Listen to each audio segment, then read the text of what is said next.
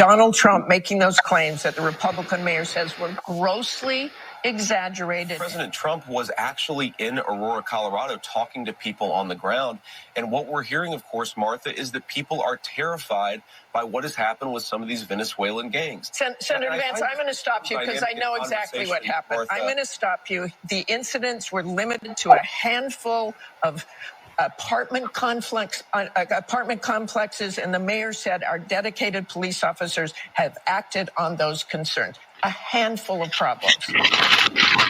Only, Martha, do you hear yourself? Only a handful of apartment complexes in America were taken over by Venezuelan gangs, and Donald Trump is the problem and not Kamala Harris's open border. Americans are so fed up with what's going on, and they have every right to be. And I really find this exchange, Martha, sort of interesting because you seem to be more focused with nitpicking everything that Donald Trump has said rather than acknowledging that apartment complexes in the United States of America are being taken over by violent gangs. Okay, let's just end that with they did not invade or take over the city, as Donald Trump said.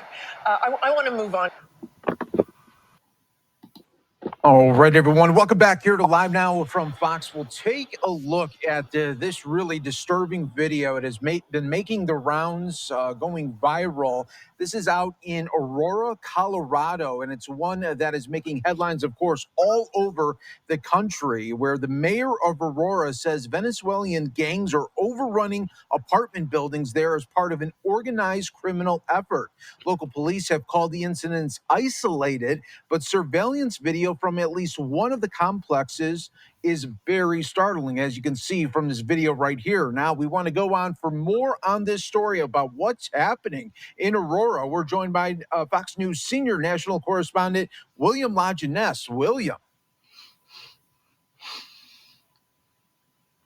Many say the problem began when the Biden-Harris team opened the border with migrant apprehensions from Cuba, Haiti, Nicaragua, and Venezuela, jumping from 17,000 in 2020 to 600,000 in 2022. So the administration created the CHNV program, which provided migrants from those four countries with humanitarian parole and invited them in.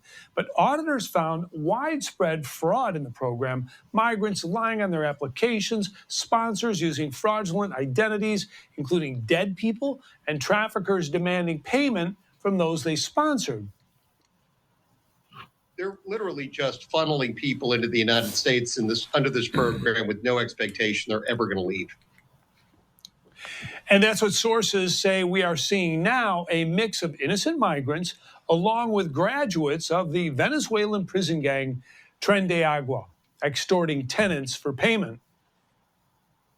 There are several buildings actually under the same ownership, out-of-state ownership, that have fallen to these Venezuelan gangs. We did everything we could to quite frankly, keep them out of the city because it's not our problem. This is a federal problem.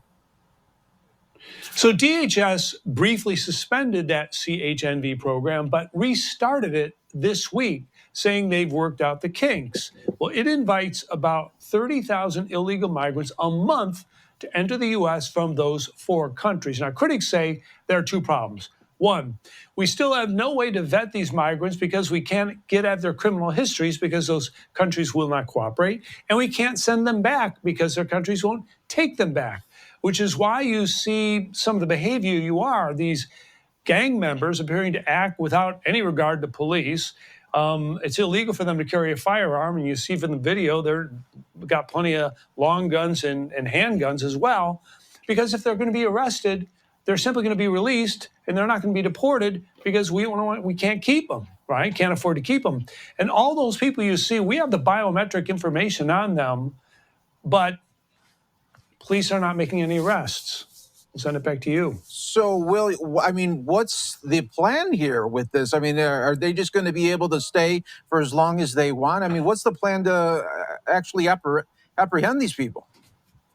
So the local police department is allegedly working with the feds, but I will tell you, while Denver is a sanctuary city, Colorado is not officially a sanctuary state. When you will look at the rules, there are a lot of prohibitions, I am told, by the local police to actually cooperating with ICE or DEA or HSI, Homeland Security Investigations. So I think that's going to draw things out a little bit. I think eventually they're going to get in there and have identified the troublemakers or the gang members, if you will. But again, we have nowhere to send them. I mean, we can put them in ICE custody for a period of time, but Venezuela's not taking people back. We don't have any diplomatic relations with Maduro at all. So it's a conundrum, right? And that's why they're acting with such impunity. Back to you. And lastly, William, I mean, we're showing this video over us speaking one more time, just because, I mean, it's just so brazen the way that they just come in with the guns and really just set up shop here.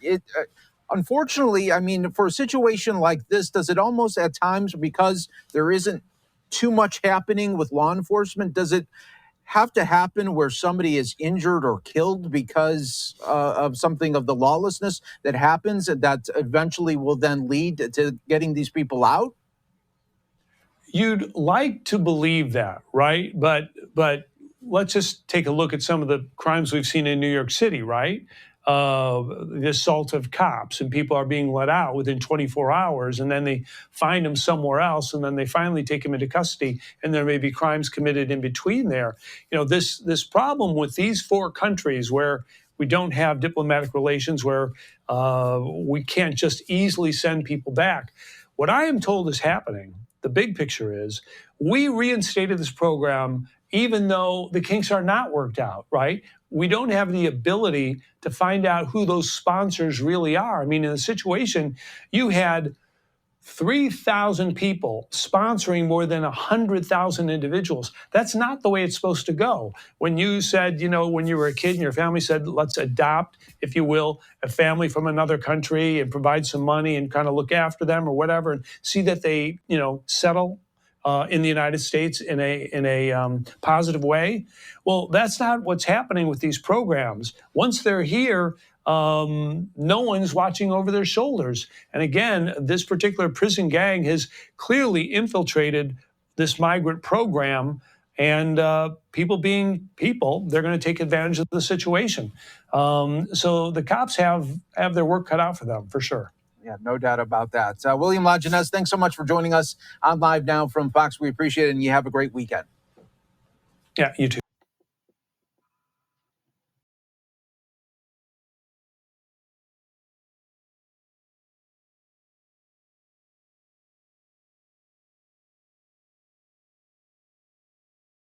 York, we have a diaspora that can absorb a significant number of these migrants. And you know, when I hear colleagues talk about, you know, the doors of the inn being closed, no room in the inn, I'm saying, you know, I need more people in my district, but just for redistricting purposes. And those members could clearly fit here. I'm from Brooklyn, New York.